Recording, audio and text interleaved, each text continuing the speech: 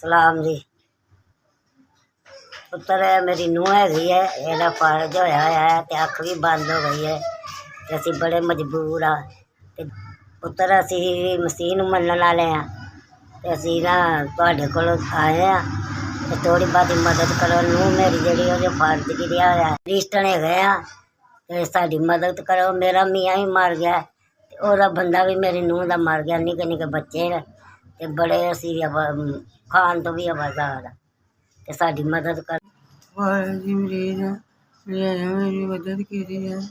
मेरे को तुरिया हुई नहीं जानना, बड़ी मेहरबानी। छोटे छोटे बच्चे हैं और मदद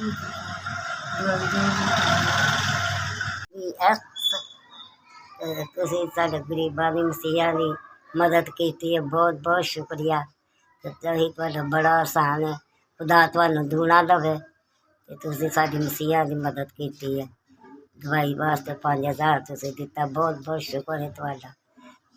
ਤੁਹਾਨੂੰ ਚੱਲਾ ਅੱਲਾ ਤੁਹਾਡੇ ਦਾਰੇ ਨੂੰ ਬਹੁਤ ਬਹੁਤ ਸ਼ੁਕਰੀਆ, ਜਿਹੜੇ ਗਰੀਬਾਂ ਦੀ ਤੁਸੀਂ ਮਦਦ ਕਰਦੇ ਹੋ। ਤੁਹਾਡਾ ਦਾਰਾ ਜਿਉਂਦਾ ਰਹੇ, ਖੁਦਾ ਤੁਹਾਨੂੰ ਇੰਨਾ ਕੁ ਦੇਵੇ ਕਿ ਜਿਹੜਾ ਤੁਰ ਕੇ ਲੱਭੋ, ਜਿਹੜੇ ਗਰੀਬਾਂ ਦੀ ਤੁਸੀਂ ਮਦਦ ਕਰਦੇ ਹੋ। ਖੁਦਾ ਤੁਹਾਡੇ ਸਾਥ ਹੋਵੇ।